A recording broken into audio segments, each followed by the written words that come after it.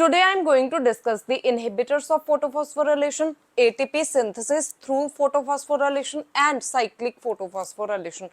तो सबसे पहले हम देखेंगे इनहिबिटर्स ऑफ फोटोफॉस्फोराइलेशन। तो जो फोटोफॉस्फोराइलेशन है इसके दो इनहिबिटर्स हैं। First is DCMU।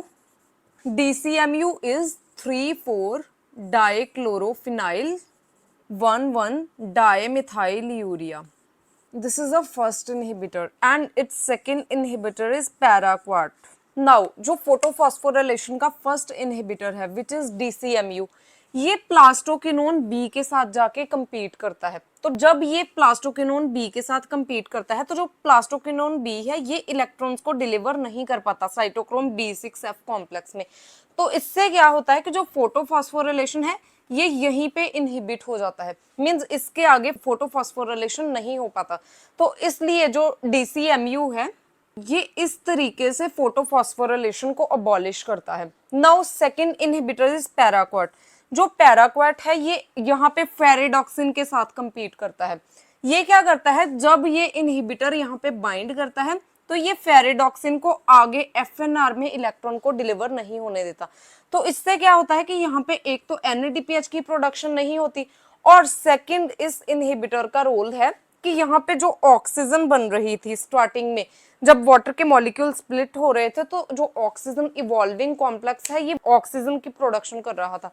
लेकिन जब यहाँ पे पैराक्वाट बाइंड कर जाएगा तो यहाँ पे जो ऑक्सीजन है ये नहीं बन पाएगी, बल्कि जो ऑक्सीजन का फ्री रेडिकल बनेगा। This is a free radical of oxygen. और ये जो फ्री रेडिकल्स होते हैं ऑक्सीजन के ये डैमेज कॉज करते हैं क्लोरोप्लास्ट के अंदर। मींस क्लोरोप्लास्ट में जितने भी फोटोसिंथेटिक पिगमेंट्स हैं उनको ये डैमेज करते हैं। तो एक बार अगर फोटोसिंथेटिक पिगमेंट्स डैमेज हो गई तो फोटोफॉस्फोराइलेशन नहीं हो पाएगा। तो इस तरीके से जो पैराक्वाट है ये फोटोफॉस्फोराइलेशन को इनहिबिट करता है। So this is all about the DCMU and paraquat inhibition. Now अब हम डिस्कस करेंगे ATP synthesis through photophosphorylation। यहाँ पे फोटोफॉस्फोराइलेशन क्यों बोला जाता है, सबसे पहले क्योंकि यहाँ पे जो फॉस्फोराइलेशन है ये लाइट की प्रेजेंस में हो रहा है, इसलिए इसको बोलते हैं फोटोफॉस्फोराइलेशन। जबकि माइटोकॉन्ड्रिया में जब फॉस्फोराइलेशन होता है तो उसे हम बोलते हैं ऑक्सीडेटिव फॉस्फोराइलेशन, क्योंकि वहां पे NADH और FADH2 की ऑक्सीडेशन होती है और इससे एक इलेक्ट्रॉन ट्रांसपोर्ट सिस्टम जनरेट होता है और उसके बाद इस सिस्टम से ATP की सिंथेसिस होती है, इसलिए वहां पे हम ऑक्सीडेटिव फॉस्फोराइलेशन बोलते हैं। और यहाँ पे लाइट की प्रेजेंस में फॉस्फोराइलेशन हो रहा है इसलिए इसको बोलते हैं फोटोफॉस्फोराइलेशन। तो जितने भी ऑक्सीजेनिक फोटोसिंथेटिक ऑर्गेनिजम्स हैं जब इनमें फोटोसिस्टम 2 जो है ये लाइट को एब्जॉर्ब करता है, this is the 4 photons of light, और इस लाइट की प्रेजेंस में यहाँ पे जो ऑक्सीजन इवॉल्विंग कॉम्प्लेक्स है ये वाटर को स्प्लिट करता है इनटू द मॉलिक्यूलर ऑक्सीजन और इस रिएक्शन से 4 इलेक्ट्रॉन्स जनरेट होते हैं और 4 प्रोटॉन्स जनरेट होते हैं। अब ये जो 4 इलेक्ट्रॉन्स हैं ये पंप होते हैं फोटोसिस्टम 2 में और ये आगे ट्रांसपोर्ट होते हैं साइटोक्रोम B6F कॉम्प्लेक्स में। दीज आर दी 4 इलेक्ट्रॉन्स, ये ट्रांसपोर्ट हो रहे हैं फोटोसिस्टम 2 से साइटोक्रोम B6F कॉम्प्लेक्स। अब यहाँ पे इलेक्ट्रॉन्स की ट्रांसपोर्ट हो रही है, तो इलेक्ट्रॉन की ट्रांसपोर्ट से जो एनर्जी जनरेट होगी उसके साथ ही जो प्रोटॉन्स हैं इनकी भी ट्रांसपोर्ट होती है। तो इसका मतलब है कि ये जो 4 प्रोटॉन्स हैं ये भी फोटोसिस्टम 2 में पास होएंगे और उसके बाद जो फोटोसिस्टम 2 है ये इनको आगे पास करता है साइटोक्रोम B6F कॉम्प्लेक्स में। नाउ जब ये 4 इलेक्ट्रॉन्स पास होते हैं साइटोक्रोम B6F कॉम्प्लेक्स में तो जो साइटोक्रोम B6F कॉम्प्लेक्स है ये स्ट्रोमा से उठा के 8 प्रोटॉन्स को थाइलेकॉइड के ल्यूमन में पंप करता है। तो यहाँ से टोटल कितने प्रोटॉन्स आए, 8 protons with the help of cytochrome B6F complex. This is a thylakoid lumen and this is a stroma side. तो स्ट्रोमा साइड से 8 प्रोटॉन्स कहाँ पे आ रहे हैं, थाइलेकॉइड के ल्यूमन की तरफ। और स्टार्टिंग में जब वाटर की स्प्लिटिंग हो रही थी तो 4 प्रोटॉन्स यहाँ से ट्रांसपोर्ट हो रहे हैं आगे सिस्टम में, तो यहाँ से भी टोटल 4 इलेक्ट्रॉन्स ट्रांसपोर्ट होते हैं फोटोसिस्टम 1 में और 4 प्रोटॉन्स ट्रांसपोर्ट होते हैं फोटोसिस्टम 1 में। And at the end of reaction यहाँ पे जो 2 मॉलिक्यूल्स हैं NADP के ये रिड्यूस होते हैं into the 2 molecules of NADPH। तो मींस यहाँ पे 2 NADPH के मॉलिक्यूल्स की प्रोडक्शन हो रही है और टोटल यहाँ से 4 + 8 मींस टोटल 12 प्रोटॉन्स जो है ये पंप होते हैं इस सिस्टम के through. Now this is the F0 F1 complex present in chloroplast. तो इसका ये वाला कंपोनेंट है F0 component and this is the F1 component. This is also called the ATP synthase complex. तो इसमें दो components होते हैं, this is F0 and this is F1. Now जब स्ट्रोमा से थाइलेकॉइड के ल्यूमन में प्रोटॉन्स पंप होते हैं तो इससे एक इलेक्ट्रोकेमिकल प्रोटॉन ग्रेडियंट डेवलप होता है। इस इलेक्ट्रोकेमिकल प्रोटॉन ग्रेडियंट की वजह से जो एटीपी सिंथेज का F0 कंपोनेंट है ये प्रोटॉन्स को वापस थाइलेकॉइड ल्यूमन से वापस स्ट्रोमा में पंप करता है। तो जब प्रोटॉन्स वापस बैक फ्लो होते हैं स्ट्रोमा में तो यहाँ पे एडीपी से एटीपी की सिंथेसिस होती है। नाउ क्लोरोप्लास्ट के केस में जब 3 प्रोटॉन्स पंप होते हैं तो एक एटीपी की सिंथेसिस होती है। इसका मतलब है कि जब 3 प्रोटॉन्स पंप होंगे तो ये एक एटीपी की सिंथेसिस करेंगे और यहाँ पे टोटल 12 प्रोटॉन्स पंप हो रहे हैं। इसलिए जो क्लोरोप्लास्ट में फोटोसिस्टम 1 एंड फोटोसिस्टम 2 जब इन्वॉल्व होते हैं जिसे हम बोलते हैं नॉन साइक्लिक फोटोफॉस्फोरिलेशन। तो जो नॉन साइक्लिक फोटोफॉस्फोरिलेशन है इससे टोटल 4 एटीपीज की जनरेशन होती है। So this is all about the ATP synthesis through non cyclic photophosphorylation. तो नॉन साइक्लिक फोटोफॉस्फोरिलेशन में कितने एटीपीज बन रहे हैं? 4 ATPs. Now this is a non cyclic photophosphorylation. तो नॉन साइक्लिक फोटोफॉस्फोरिलेशन में सबसे पहले 2 फोटोसिस्टम इन्वॉल्व हो रहे हैं, एक तो है photosystem 2 and second is photosystem 1। यहाँ पे जो फोटोसिस्टम 2 है ये 4 फोटोन्स को एब्जॉर्ब कर रहा है और जो फोटोसिस्टम 1 है ये भी 4 फोटोन्स को एब्जॉर्ब कर रहा है। तो इसका मतलब है कि 4 + 4 टोटल जब 8 फोटोन्स एब्जॉर्ब होते हैं through the photosystem 2 and photosystem 1 तब जाके 4 एटीपीज की सिंथेसिस होती है। नाउ अब हम डिस्कस करेंगे कि जो नॉन साइक्लिक इलेक्ट्रॉन फ्लो है ये इसी साइड क्यों हो रहा है, इस डायरेक्शन में क्यों नहीं हो रहा, और सबसे पहले जो फोटोसिस्टम 2 है ये क्यों इन्वॉल्व हो रहा है, फोटोसिस्टम 1 क्यों नहीं इन्वॉल्व हो रहा पहले। अब इसका रीजन ये है कि जब इस सिस्टम से इलेक्ट्रॉन फ्लो होते हैं तो सबसे पहले कोई इलेक्ट्रॉन डोनर चाहिए और यहाँ पे इलेक्ट्रॉन डोनर कौन है? वाटर। और जो फोटोसिस्टम 2 है इसका जो ऑक्सीजन इवॉल्विंग कॉम्प्लेक्स है ये वाटर को स्प्लिट करता है into the molecular oxygen, electrons and protons. जो फोटोसिस्टम 2 का ऑक्सीजन इवॉल्विंग कॉम्प्लेक्स है ये वाटर को ऑक्सीडाइज कर रहा है, मींस वाटर की स्प्लिटिंग मींस इससे प्रोटॉन्स रिमूव हो रहे हैं। तो जो फोटोसिस्टम 2 है इसे हम बोलते हैं मोर ऑक्सीडाइजिंग एजेंट।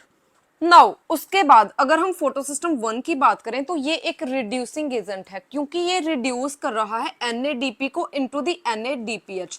तब जाके यहाँ पे 2 NADPH की प्रोडक्शन हो रही है। रिडक्शन का मतलब है एडिशन ऑफ हाइड्रोजन और ऑक्सीडेशन का मतलब है रिमूवल ऑफ हाइड्रोजन। तो यहाँ पे ऑक्सीडेशन हो रही है और यहाँ पे रिडक्शन हो रही है। यहाँ पे ऑक्सीडेशन किसकी वजह से हो रही है? फोटोसिस्टम 2 की वजह से, इसलिए ये मोर ऑक्सीडाइजिंग एजेंट है। और यहाँ पे जो रिडक्शन है ये फोटोसिस्टम 1 की वजह से हो रही है। So photosystem 1 is more reducing agent. Now अब जो इलेक्ट्रॉन्स हैं ये इसी डायरेक्शन में क्यों फ्लो कर रहे हैं, ऑपोजिट डायरेक्शन में क्यों नहीं फ्लो कर रहे? तो इसका ये रीजन है कि जो ये वाली साइड है यहाँ पे जो रिडक्शन पोटेंशियल है, रिडक्शन पोटेंशियल बहुत कम है, that is lower reduction potential. और जो दूसरी साइड है ये अपोजिट साइड है, यहाँ पे रिडक्शन पोटेंशियल काफी ज्यादा है, means reduction potential is high on this side. तो इसका मतलब है कि जो रिडक्शन पोटेंशियल है ये इस साइड इंक्रीज कर रहा है और जो इलेक्ट्रॉन्स हैं ये उसी डायरेक्शन में फ्लो करते हैं जिस साइड रिडक्शन पोटेंशियल इंक्रीज हो रहा हो। तो इसी रीजन के कारण जो इलेक्ट्रॉन्स हैं ये इस डायरेक्शन में फ्लो हो रहे हैं, ना कि इसके अपोजिट डायरेक्शन में। So this is all about the non cyclic electron flow. और नॉन साइक्लिक इलेक्ट्रॉन फ्लो कैसे जनरेट हो रहा है? रिडक्शन पोटेंशियल में डिफरेंस की वजह से, क्योंकि इस साइड रिडक्शन पोटेंशियल कम है और इस साइड ज्यादा है, तो इलेक्ट्रॉन्स उस साइड मूव करेंगे जिस साइड रिडक्शन पोटेंशियल इंक्रीज हो रहा है। नाउ अब हम डिस्कस करेंगे साइक्लिक फोटोफॉस्फोरिलेशन। जो साइक्लिक फोटोफॉस्फोरिलेशन है इसमें P700 इन्वॉल्व होता है। P700 is photosystem 1। तो इसका मतलब है इसमें सिर्फ फोटोसिस्टम 1 इन्वॉल्व होता है, फोटोसिस्टम 2 इन्वॉल्व नहीं होता।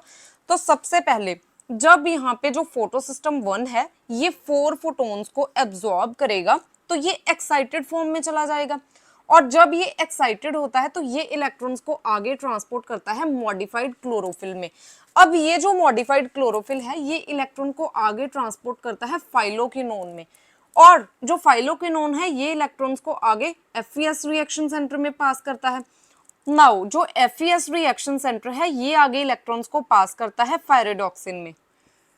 तो जो नॉन साइक्लिक फ्लो में हमने देखा था कि जो फायरेडॉक्सिन है ये आगे इलेक्ट्रॉन्स को मूव करता है FNR में, और FNR फाइनली रिड्यूस करता है NAD को इनटू द NADPH। तो यहाँ पे दो NADPH की फॉर्मेशन हो रही थी in the non cyclic flow, लेकिन जो साइक्लिक फ्लो है इसमें ये नहीं होगा। इसमें जो फायरेडॉक्सिन है ये इलेक्ट्रॉन्स को आगे ट्रांसपोर्ट करता है साइटोक्रोम B6F कॉम्प्लेक्स में। तो जब इलेक्ट्रॉन्स मूव होते हैं साइटोक्रोम B6F कॉम्प्लेक्स में, तो ये यहाँ पे 8 प्रोटॉन्स को पंप करता है from the stroma side to the thylakoid lumen. तो उसके बाद जो साइटोक्रोम B6F है ये फाइनली इलेक्ट्रॉन्स को ट्रांसपोर्ट करता है प्लास्टोसाइनिन में। This is a plastocyanin, and जो प्लास्टोसाइनिन है ये फिर से इलेक्ट्रॉन्स को ट्रांसपोर्ट करता है फोटोसिस्टम 1 में। सो ये एक साइक्लिक फ्लो जनरेट होता है। अब इस साइक्लिक फ्लो में क्या होता है कि यहाँ पे एक तो प्रोटॉन पंपिंग हो रही है और इलेक्ट्रॉन्स की भी ट्रांसपोर्ट हो रही है, लेकिन यहाँ पे क्योंकि FNR इन्वॉल्व नहीं हो रहा इसलिए इस साइक्लिक फ्लो में NADPH की सिंथेसिस नहीं होगी, इसमें ओनली ATPs की सिंथेसिस ही होती है। अब यहाँ पे जो 8 प्रोटॉन्स हैं ये पंप हो रहे हैं। तो हमने पढ़ा था कि क्लोरोप्लास्ट में जब 3 प्रोटॉन्स पंप होते हैं तो इससे एक ATP की सिंथेसिस होती है। यहाँ पे कितने प्रोटॉन्स पंप हो रहे हैं? 8 प्रोटॉन्स पंप हो रहे हैं, तो ये टोटल 2.5 ATPs की प्रोडक्शन करेंगे in the presence of 4 photons of light. जबकि जो नॉन साइक्लिक फोटोफॉस्फोरिलेशन है उसमें हमने देखा था उसमें फोटोसिस्टम 1 एंड फोटोसिस्टम 2 दोनों इन्वॉल्व होते हैं, and in the presence of 8 photons वहां पे टोटल 4 ATPs की सिंथेसिस होती है। लेकिन जो साइक्लिक फ्लो है इसमें एक फोटोसिस्टम इन्वॉल्व हो रहा है, दैट इज फोटोसिस्टम 1, और जब ये 4 फोटॉन्स को एब्जॉर्ब करेगा तो इससे टोटल 2.5 ATPs की सिंथेसिस होगी। तो इसका मतलब है कि अगर जहां पे साइक्लिक फोटोफॉस्फोरिलेशन में अगर 8 फोटॉन्स एब्जॉर्ब होंगे तो इससे टोटल 5 ATPs की सिंथेसिस होगी। लेकिन जो नॉन साइक्लिक फ्लो है उसमें हमने अभी देखा कि जब 8 फोटॉन्स एब्जॉर्ब होते हैं तो इससे ओनली 4 ATPs की सिंथेसिस होती है। इसका क्या मतलब है कि जो नॉन साइक्लिक फोटोफॉस्फोरिलेशन है ये लेस प्रोडक्टिव है, और जो साइक्लिक फोटोफॉस्फोरिलेशन है ये ज्यादा प्रोडक्टिव है नॉन साइक्लिक फोटोफॉस्फोरिलेशन से। नाउ अब हम डिस्कस करेंगे कि प्लांट्स के केस में साइक्लिक फोटोफॉस्फोरिलेशन कब होता है। ये तभी होता है जब प्लांट के सेल्स में NADPH की रिक्वायरमेंट ना हो, मींस प्लांट के सेल्स में सफिशिएंट अमाउंट में NADPH प्रेजेंट हो, लेकिन तब भी प्लांट के सेल्स को एनर्जी की जरूरत हो, तो तब जाके वो सिर्फ ATP की सिंथेसिस करने के लिए ये साइक्लिक फ्लो जनरेट करेंगे जो प्लांट के सेल्स हैं।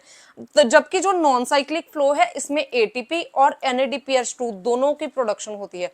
तो जब दोनों की रिक्वायरमेंट होगी तो नॉन साइक्लिक फ्लो जनरेट करेगा प्लांट सेल, और जब ओनली ATP की रिक्वायरमेंट होगी प्लांट के सेल्स में तो इसमें साइक्लिक फ्लो जनरेट होगा। नाउ अब हम डिस्कस करेंगे फोटोफॉस्फोरिलेशन इन साइनोबैक्टीरिया। जो साइनोबैक्टीरिया है इसमें एक स्पेशलाइज्ड सेल्स होते हैं, इसको हम बोलते हैं हेटेरोसिस्ट। जो हेटेरोसिस्ट है ये नाइट्रोजन फिक्सेशन में हेल्प करते हैं, और यहाँ पे ओनली नाइट्रोजन फिक्सेशन ही नहीं होती, ये फोटोसिंथेसिस में भी हेल्प करते हैं। तो जो नाइट्रोजन फिक्सेशन है इसके लिए एक एंजाइम कॉम्प्लेक्स यूज होता है, इसे हम बोलते हैं नाइट्रोजनेज एंजाइम कॉम्प्लेक्स। ये जो नाइट्रोजनेज एंजाइम कॉम्प्लेक्स है ये ऑक्सीजन सेंसिटिव होता है। इसका क्या मतलब है कि जब ऑक्सीजन सिस्टम में प्रेजेंट होगी तो नाइट्रोजनेज एंजाइम कॉम्प्लेक्स अपना फंक्शन परफॉर्म नहीं कर पाएगा। तो इसका क्या मतलब है कि यहाँ पे अगर फोटोसिंथेसिस हो रही है हेटेरोसिस्ट में तो ऑक्सीजन की प्रोडक्शन नहीं होगी हेटेरोसिस्ट के सेल्स में। अभी हमने नॉन साइक्लिक फोटोफॉस्फोरिलेशन में देखा कि जो फोटोसिस्टम 2 है ये ऑक्सीजन की प्रोडक्शन करता है जब ये वाटर मॉलिक्यूल को स्प्लिट करता है। तो इसका मतलब है कि जो फोटोसिस्टम 2 है ये ऑक्सीजन की जनरेशन में इन्वॉल्व हो रहा है, इसलिए जब हेटेरोसिस्ट में फोटोसिंथेसिस होगी तो जो फोटोसिस्टम 2 है ये इन्वॉल्व नहीं होगा इनके केस में। तो इनके केस में ओनली फोटोसिस्टम 1 इन्वॉल्व होगा। और जिस केस में फोटोसिस्टम 1 इन्वॉल्व होता है उसे हम बोलते हैं साइक्लिक फोटोफॉस्फोराइलेशन। तो साइनोबैक्टीरिया में जो हेटेरोसिस्ट के सेल्स हैं यहाँ पे नाइट्रोजन फिक्सेशन भी होगी और फोटोसिंथेसिस भी होगी, लेकिन कौन सी फोटोसिंथेसिस होगी? With this cyclic photophosphorylation. Means यहाँ पे फोटोसिस्टम 2 इन्वॉल्व नहीं होगा, क्योंकि फोटोसिस्टम 2 ऑक्सीजन की प्रोडक्शन करता है और ऑक्सीजन जो है ये नाइट्रोजन फिक्सेशन को इनहिबिट करता है। लेकिन जो साइनोबैक्टीरिया है इसमें हेटेरोसिस सेल्स तो प्रेजेंट हैं, लेकिन इसमें नॉर्मल सेल्स भी प्रेजेंट हैं। तो जो नॉर्मल सेल्स हैं वो नाइट्रोजन फिक्सेशन में इन्वॉल्व नहीं होते, तो इसलिए जो नॉर्मल सेल्स हैं वहां पे फोटोसिस्टम 1 एंड फोटोसिस्टम 2 ये दोनों इन्वॉल्व होते हैं फोटोफॉस्फोराइलेशन में। सो इसमें डिफरेंस क्या है कि जो हेटेरोसिस्ट के सेल्स हैं इसमें ओनली फोटोसिस्टम 1 इन्वॉल्व होता है, जबकि जो नॉर्मल सेल्स जितने भी हैं ब्लू ग्रीन एल्गी में इसमें दोनों सिस्टम्स इन्वॉल्व होते हैं। मींस यहाँ पे जो है ये नॉन साइक्लिक फ्लो होता है और हेटेरोसिस जो है इनमें साइक्लिक फ्लो होता है। नाउ अब हम लास्ट में देखेंगे difference between non cyclic and cyclic electron flow और फोटोफॉस्फोराइलेशन। तो सबसे पहले जो नॉन साइक्लिक इलेक्ट्रॉन फ्लो है इसमें फोटोसिस्टम 2 एंड फोटोसिस्टम 1 दोनों इन्वॉल्व होते हैं, जबकि जो साइक्लिक इलेक्ट्रॉन फ्लो है इसमें ओनली फोटोसिस्टम 1 इन्वॉल्व होता है। सेकेंड, जो नॉन साइक्लिक इलेक्ट्रॉन फ्लो है इसमें वाटर की फोटोलाइसिस होती है with the help of photosystem 2, और साइक्लिक फ्लो में यहाँ पे फोटोसिस्टम 2 इन्वॉल्व ही नहीं होता, इसलिए यहाँ पे वाटर की फोटोलाइसिस नहीं होगी। ओके, उसके बाद जो नॉन साइक्लिक इलेक्ट्रॉन फ्लो है इसमें जब वाटर की ऑक्सीडेशन होती है तो इससे ऑक्सीजन की फॉर्मेशन होती है, और साइक्लिक फ्लो में वाटर की ऑक्सीडेशन नहीं हो रही इसलिए ऑक्सीजन की फॉर्मेशन भी नहीं होगी। अब जो नॉन साइक्लिक फ्लो है इसमें एटीपी और NADPH दोनों की सिंथेसिस हो रही है at the end of reaction, जबकि जो साइक्लिक इलेक्ट्रॉन फ्लो है इसमें ओनली ATPs की ही सिंथेसिस हो रही है, यहाँ पे कोई भी NADPH की प्रोडक्शन नहीं हो रही। So this is all about the difference between non cyclic and cyclic electron flow और photophosphorylation. Thanks for watching. If you find the content useful, please like and share the video and subscribe my channel Biology on Earth.